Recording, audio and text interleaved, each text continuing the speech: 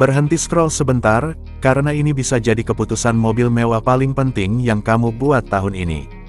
Bayangkan berkendara di tengah macet Jakarta, halus, senyap, nyaman, irit bahan bakar setiap hari, dan tetap terlihat sukses saat kamu turun dari mobil.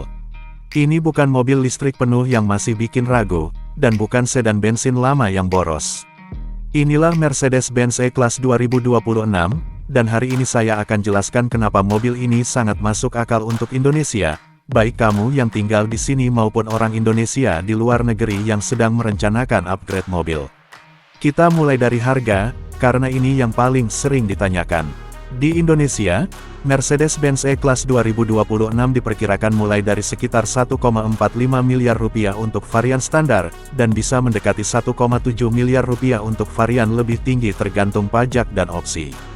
Di Amerika Serikat, harganya mulai sekitar $62.000. Di Jepang, sekitar 9 juta yen. Di pasar ASEAN seperti Malaysia dan Thailand, harganya juga berada di kisaran yang mirip setelah pajak impor. Jadi memang premium, tapi masih sangat kompetitif di kelasnya. Hal yang membuat E-Class baru ini cocok untuk Indonesia adalah efisiensinya. Mobil ini bukan hanya soal kemewahan. Sebagian besar varian sudah menggunakan sistem mild hybrid, dan di beberapa pasar tersedia versi plug-in hybrid. Artinya sederhana, konsumsi BBM lebih irit dan biaya harian lebih rendah. Untuk pemakaian dalam kota seperti Jakarta, Bandung, atau Surabaya, konsumsi bahan bakarnya bisa sekitar 14-16 km per liter. Di jalan tol, dengan kecepatan stabil, bisa mencapai 18-20 km per liter. Untuk sedan mewah sebesar ini, angka tersebut sangat bagus. Jika kamu memilih versi plug-in hybrid, perjalanan harian jarak pendek bisa dilakukan hampir sepenuhnya dengan tenaga listrik.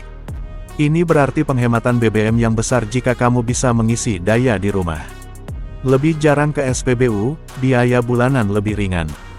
Dalam jangka 5 tahun, penghematannya bisa sangat terasa dibanding sedan mewah generasi lama.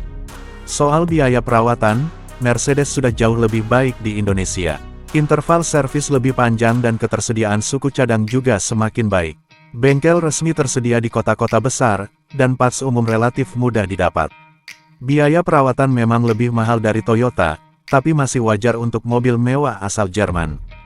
Bahkan dibanding Mercedes lama, E-Class ini lebih ramah di biaya jangka panjang. Nilai jual kembali juga kuat, dan ini penting di Indonesia. E-Class dikenal sebagai salah satu sedan mewah dengan resale value paling aman.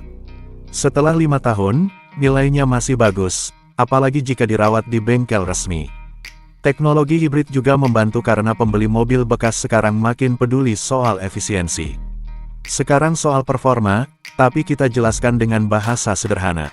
Ini bukan mobil balap, ini mobil harian yang halus dan percaya diri. Di dalam kota, akselerasinya lembut dan senyap. Kamu tekan pedal, mobil langsung melaju tanpa drama. Sangat cocok untuk lampu merah dan kemacetan. Di jalan tol, E-Class terasa stabil dan tenang. Menyalip truk atau bus terasa mudah tanpa perlu memaksa mesin. Suspensinya juga sangat cocok untuk kondisi jalan Indonesia. Polisi tidur, jalan bergelombang, dan perjalanan jauh di tol bisa dilalui dengan nyaman.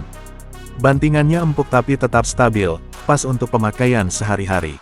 Sekarang kita bahas biaya kepemilikan. Asuransi E-Class memang lebih mahal dibanding mobil biasa, tapi masih masuk akal untuk kelasnya. Asuransi All Risk memberikan rasa aman di kota besar yang padat. Biaya BBM lebih rendah berkat sistem hibrid. Perawatan terjadwal jelas. Parts tersedia di kota besar. Semua ini membuat kepemilikan jadi lebih tenang. Jika dibandingkan dengan kompetitor di Indonesia, posisi E-Class sangat cerdas. BMW seri 5 lebih sporty tapi kurang nyaman di jalan yang tidak rata. Toyota Camry hybrid lebih murah dan irit, tapi tidak memberikan kesan mewah yang sama. Lexus S sangat halus dan terkenal awet, tapi terasa kurang modern dari sisi teknologi. Mercedes-Benz E-Class menawarkan keseimbangan terbaik antara kenyamanan, teknologi, efisiensi, dan nilai merek.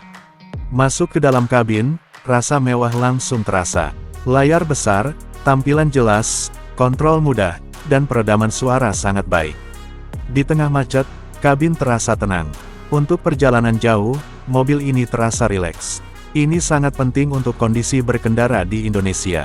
Kenapa mobil ini pintar untuk jalan dan lalu lintas Indonesia?